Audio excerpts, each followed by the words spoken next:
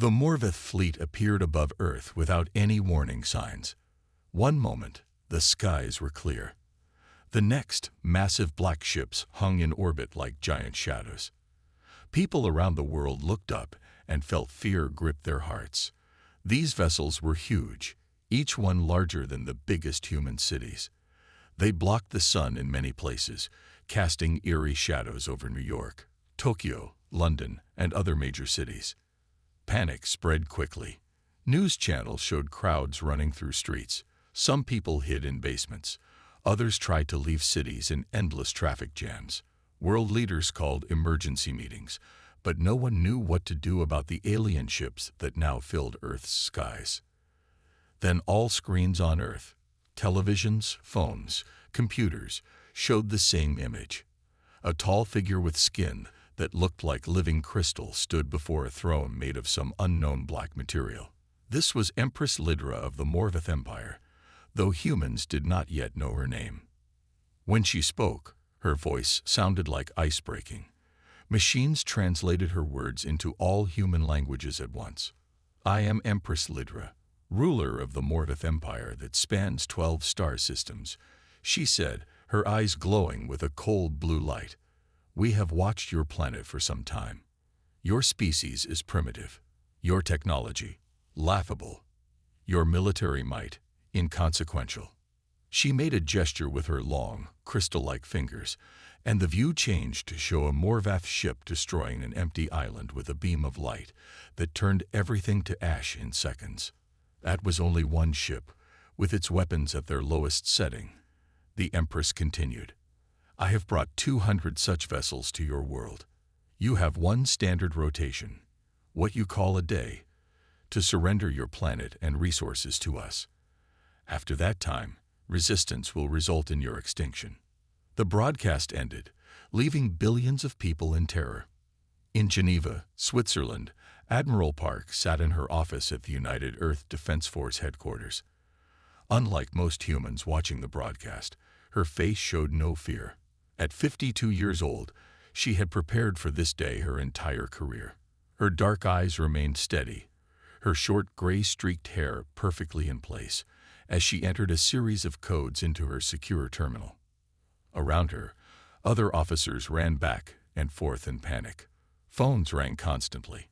Government officials demanded answers the UEDF didn't have. "Admiral, the President is on line 1. Her assistant said, face pale. "The UN Security Council is on line 2. And the Chinese Military Command is on line 3. "Tell them all I'll call back in 10 minutes, Admiral Park said, her fingers still working on her keyboard. "But Admiral, 10 minutes may make the difference between humanity's survival or extinction," Park said firmly. "I need those 10 minutes now." Her assistant left, and Park finished entering her access codes. Her screen changed to show a file marked Project Storm Shield, Top Secret, Omega Level Clearance. 25 years ago, when Park was just a young lieutenant, a small alien scout ship had crashed in the Gobi Desert. The governments of Earth had kept it secret from the public, fearing panic. They had recovered alien technology and one dead pilot, not a Morvath, but another species that had clearly been running from something. The world's leaders had made a decision then. Earth would prepare in secret for a possible alien threat. Using the recovered technology, engineers had worked for decades building defenses, while politicians publicly denied the existence of aliens.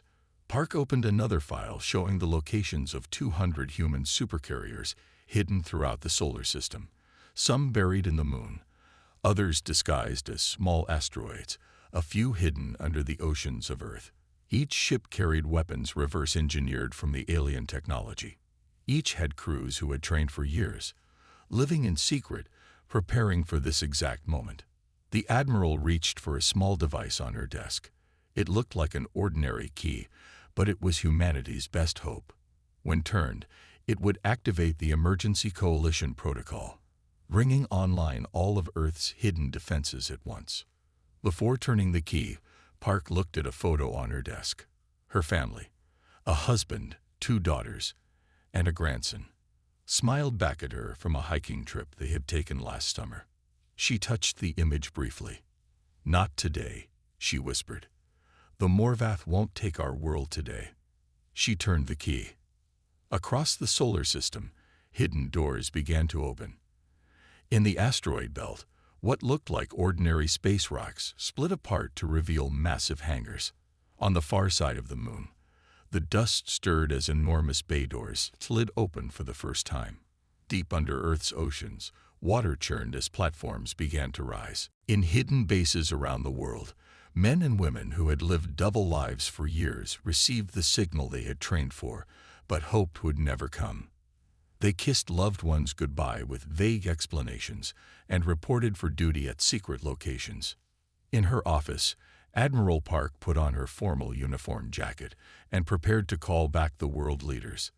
They would all be briefed now on Project Stormshield. The Morvath had given Earth one day before they would attack. But when that day ended, the Empress would learn a hard lesson about humanity.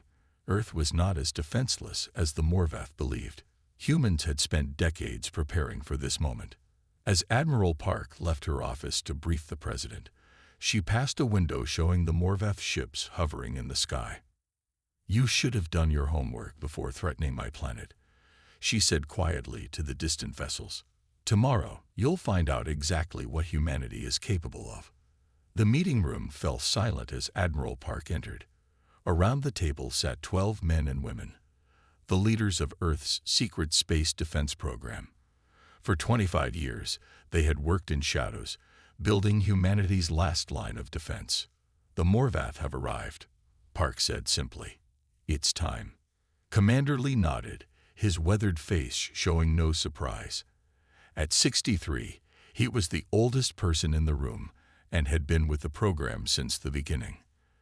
"The carriers are ready," he said. "They have been ready for 5 years." On screens around the room, satellite images showed the Morvath ships in Earth orbit. They were massive structures of black metal that seemed to swallow light rather than reflect it. "We always hoped this day wouldn't come," said Director Han, head of the engineering division. She had spent her entire adult life working on reverse-engineered alien technology. "But we've prepared for it since the crash." Everyone in the room knew what she meant. 50 years ago, a small scout ship had crashed in the Gobi Desert. It wasn't Morvath, but another alien species, one that had apparently been fleeing from something. The pilot had been dead, but the ship's technology was intact. Most importantly, its computer contained star maps showing a vast empire that was expanding toward Earth. The governments of Earth had made a decision then: prepare in secret. While publicly denying aliens existed, they pooled resources to build a defense force using the recovered technology. Admiral Park touched a control panel, and a 3D map of the solar system appeared in the center of the table. Red dots showed the Morvath ships. Blue dots, currently hidden, represented Earth's defense fleet. 200 carriers, Park said, each one carrying 50 fighter craft and armed with technology the Morvath won't expect us to have. The door opened and a young officer rushed in, handing Park a message. She read it quickly, her face hardening. "The Empress has moved up her deadline. We have 6 hours, not 24. Commander Lee stood up. "Then we deploy now." Park nodded and pulled out a small device from her pocket. It looked like an ordinary remote but contained the codes to activate the Emergency Coalition Protocol, the signal that would bring Earth's hidden fleet online. "May whatever gods exist watch over us," she said softly, then pressed the button. Deep in the asteroid belt between Mars and Jupiter, what appeared to be a normal space rock suddenly split open along invisible seams. Inside was not stone, but a massive hangar bay where the supercarrier UES Defiance waited. Lights flickered on throughout the enormous vessel as systems activated after years of standby mode. Captain Song woke to the sound of alarms. He had been dreaming of his home in Busan, a place he hadn't seen in 7 years. Like all carrier captains, he lived aboard his ship, training with his crew in isolation, waiting for this moment. "Captain, to the bridge," came the announcement over the ship's speakers. Song was dressed and moving within 30 seconds. In the corridors, crew members rushed to stations. They had drilled for this thousands of times, but now tension filled the air. This was real. On the bridge, his first officer handed him a tablet showing the activation code and the Morvath fleet's position. "So they've finally come," Song said. "Alert all departments. Prepare for immediate deployment." Across the solar system, similar scenes play out. On the far side of the moon, 6 massive hangar bays opened in the lunar surface. On Mars, hidden facilities beneath the red dust powered up. In the rings of Saturn, what looked like ordinary ice fragments revealed themselves as disguised docking stations.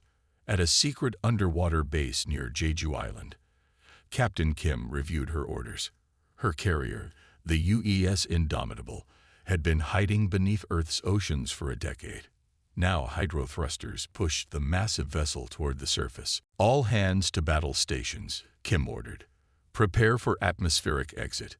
When the Indomitable broke the ocean's surface, nearby fishing boats stared in amazement as a ship larger than any aircraft carrier rose from the waves, water cascading from its hull.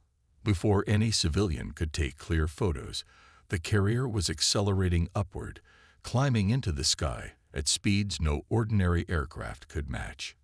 At a remote base in the Rocky Mountains, Admiral Park watched as blue dots appeared on her tracking screen. One by one, Earth's hidden supercarriers were coming online and moving into position. "Status report," she demanded.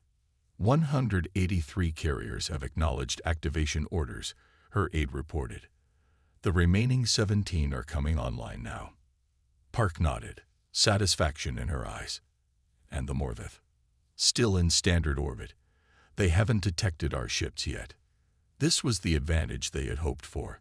The alien technology they had reverse-engineered included stealth systems that might give them one chance to surprise the invaders.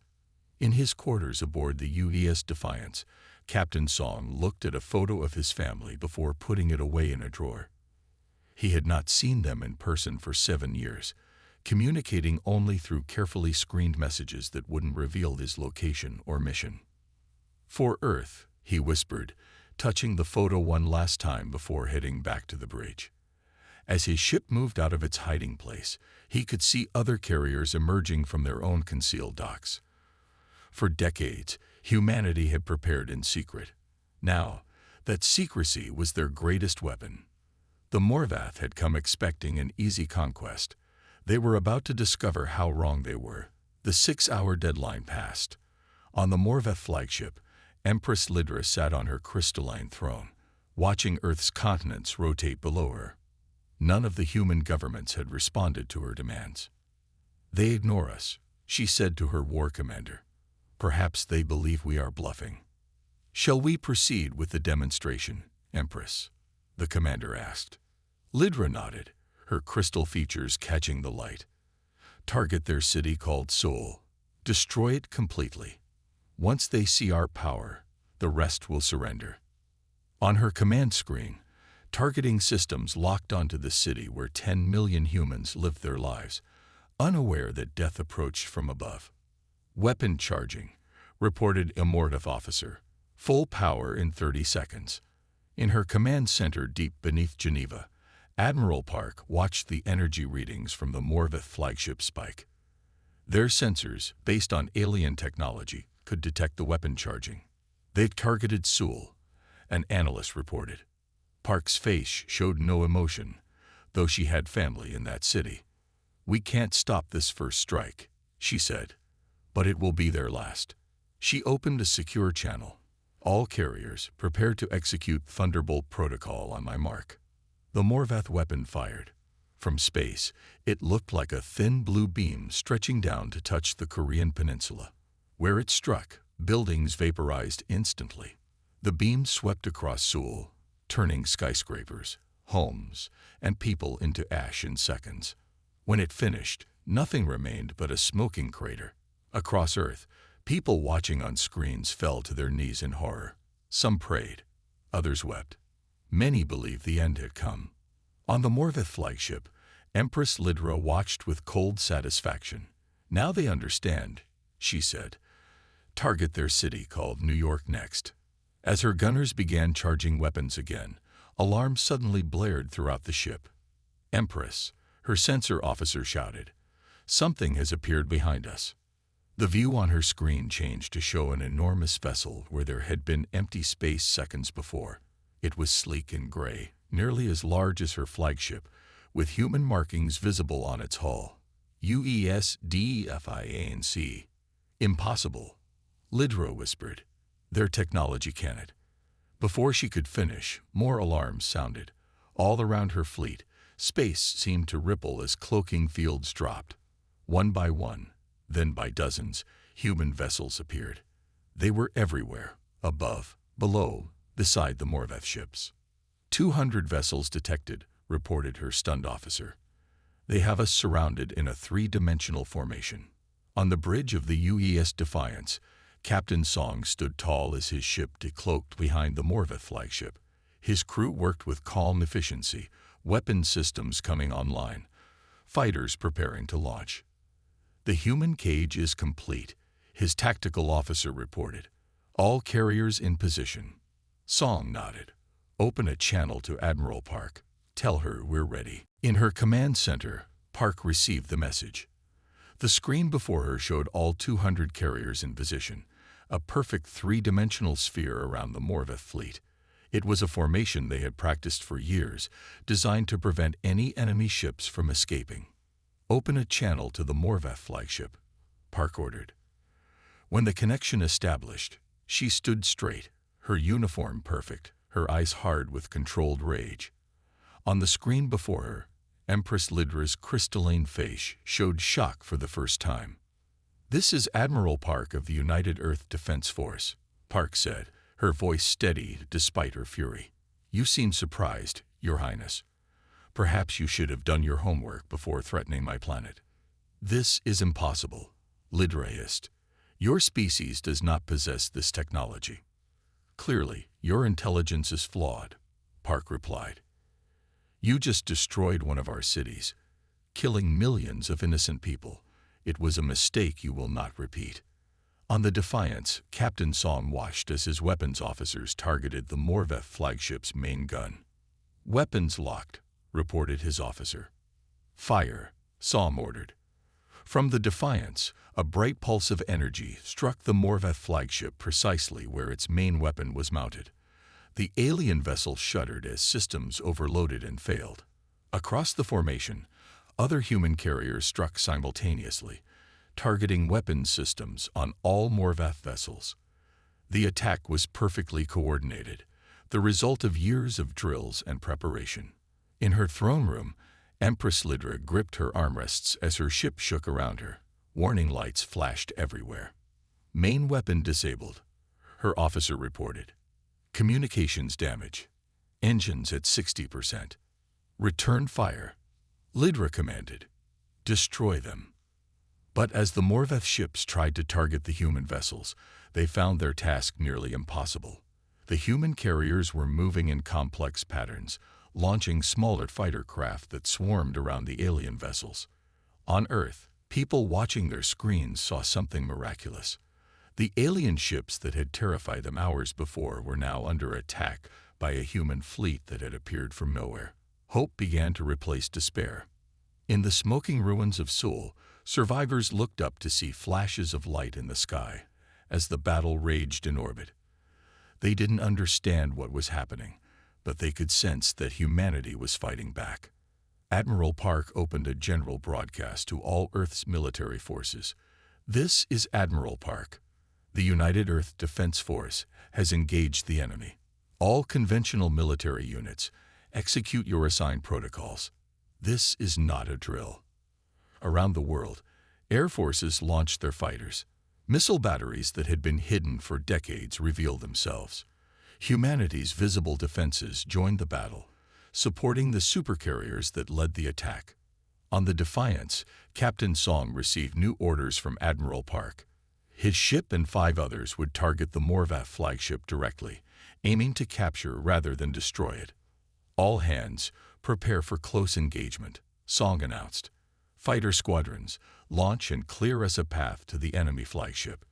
Today we fight for Seoul. As his fighters streamed from launch bays, Song looked at the Morvath flagship on his screen. For years, he had trained for this moment. Now it was time to show the aliens exactly what humanity could do when pushed too far. The space around Earth flashed with energy weapons and explosions as the battle spread across the orbit. What had begun as a surprise attack by human forces quickly became the largest space battle in Earth's history. Captain Kim stood on the bridge of the UES Indomitable, watching as her tactical display showed both human and Morvath losses mounting. The Morvath ships were powerful, with weapons and shields more advanced than humanity's. But they fought as individuals, while the human fleet moved as one coordinated force. Launch all drone fighters, Kim ordered. Full swarm pattern. From the launch bays of the Indomitable, hundreds of unmanned fighters shot into space. Unlike traditional aircraft, these drones were small, fast, and programmed with artificial intelligence that made their movements impossible to predict. They did not fly in straight lines or follow normal attack patterns. On the Morvath vessels, gunners struggled to target the small, erratic craft. Their weapons were designed to hit large targets moving in predictable ways.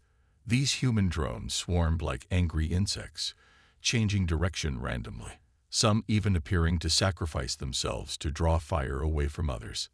The drones are breaking through their point defenses, Kim's tactical officer reported. Their flagship shields are weakening on the port side. Kim nodded, her decision already made. Helm, set course directly for their flagship. All power to forward shields. Her crew looked at her with surprise but followed orders without question. The Indomitable turned and accelerated toward the heart of the Morvath fleet, straight at the enormous vessel that carried Empress Lydra. Captain, her first officer said quietly, a direct approach puts us in range of all their secondary weapons. I know, Kim replied, her eyes fixed on the screen. Send a message to Admiral Park. Tell her we're creating an opening. All nearby carriers should be ready to strike when we do. As the Indomitable drove forward, Morvath gunners noticed the larger target approaching. They shifted fire from the elusive drones to the incoming carrier. Energy beams struck the Indomitable's shields, making the entire ship shudder. Shields at 60%, reported the defensive systems officer. 50%, 40%.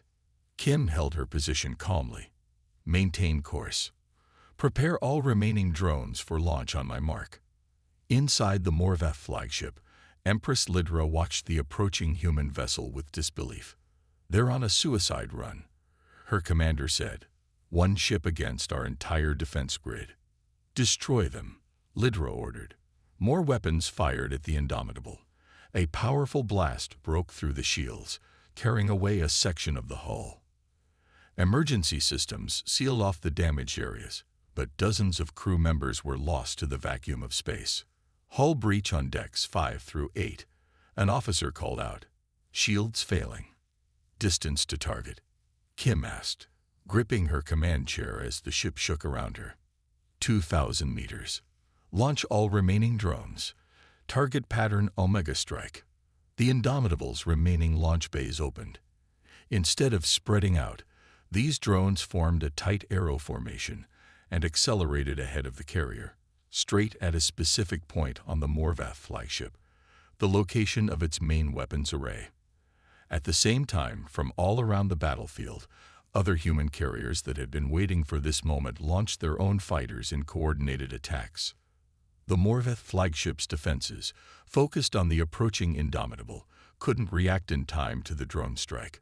The synchronized drones hit their target in perfect sequence, each explosion weakening shields for the next impact. On her bridge, Empress Lydra felt her ship rock with multiple explosions. Main weapons array destroyed. Her officer reported, fear evident in his voice. Secondary systems failing.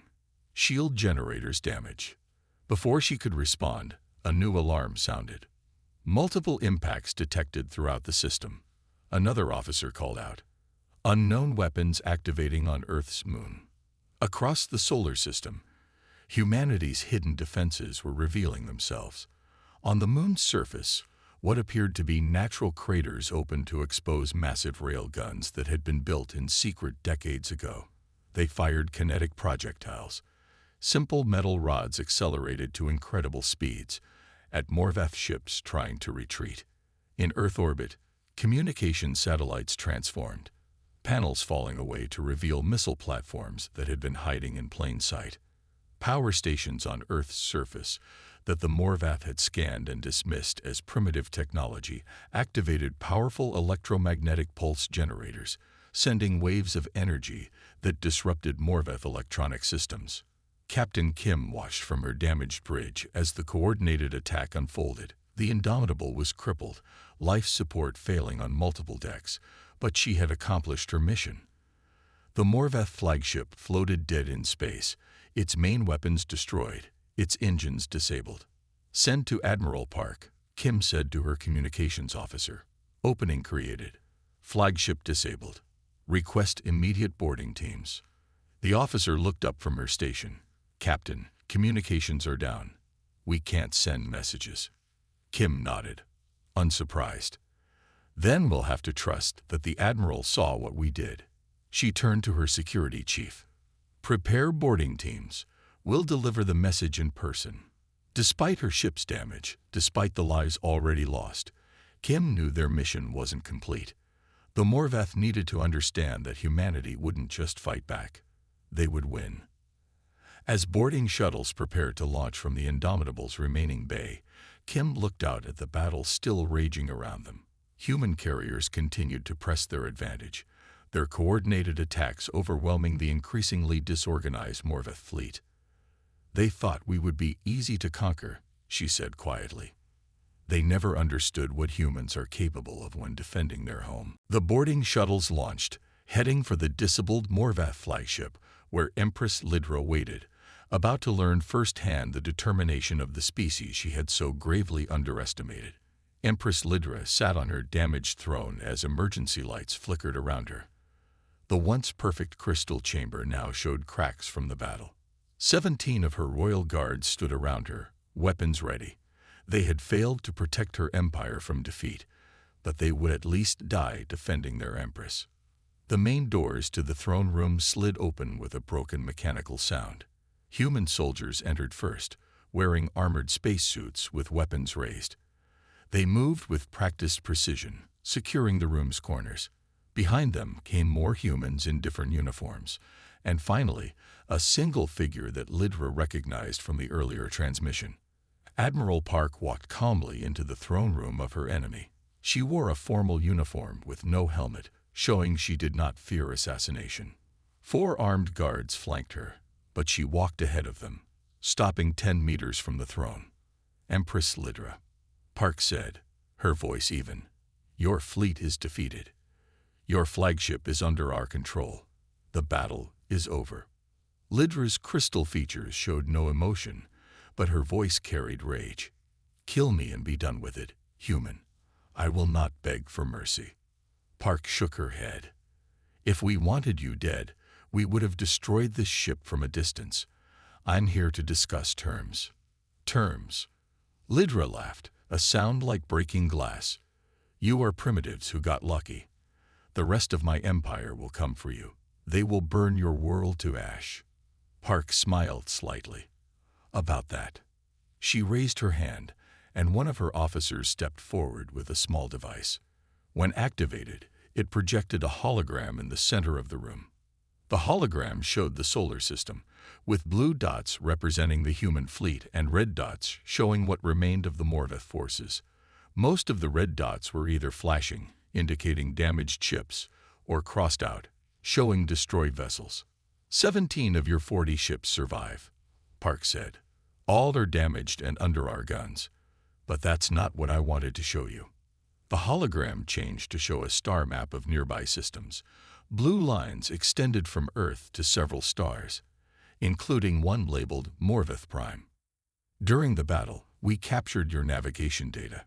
We now know the location of your homeworld and all major Morvath colonies.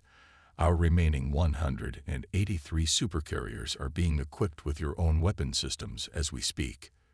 The hologram showed human ships positioned along routes to Mordath space. "We've already plotted courses to your core worlds," Park continued. "Within 2 weeks, our fleet will be in position to strike at the heart of the Morvath Empire."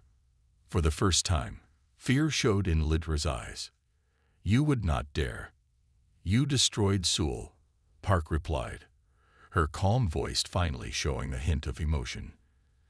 10 million innocent lives erased in seconds. We have every right to respond in kind." The throne room fell silent. Even the Morvath guards seemed to understand the gravity of the situation. But Park continued after a moment. "Unlike you, we prefer cooperation to conquest." She gestured, and another officer stepped forward with a tablet-like device. "These are our terms," Park said. "First, the Morvath Empire will recognize Earth and all human colonies as sovereign territory. Second, you will provide reparations for Sol. Third, you will share your faster-than-light technology with us." Lidra stared at the tablet, then back at Park. "And if I refuse?" Park's face hardened. "Then I give the order, and our fleet departs for Morvath Prime today. What happened to Sol will happen to your capital. Your choice, Empress." Lidra stood from her throne, her tall form towering over the human admiral. For a tense moment, her guards tightened their grips on their weapons. Then, surprisingly, she laughed. "For centuries, the Morvath have conquered weaker species. None have ever fought back effectively." She studied Park with new interest. "You hid your strength well, Admiral. A cunning strategy." "We learned from the scout ship," Park replied. Lidra's eyes widened. "The Trulari scout. It reached your world 50 years ago. We found the pilot dead, but the ship intact. Everything we've built since then was based on that technology." The pilot's logs warned of an expanding empire. "The Trulari were cowards who fled rather than join our empire," Lidra said dismissively. "But it seems their final act was consequential."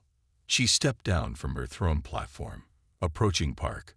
The human guards tensed, but Park held up a hand to keep them from intervening.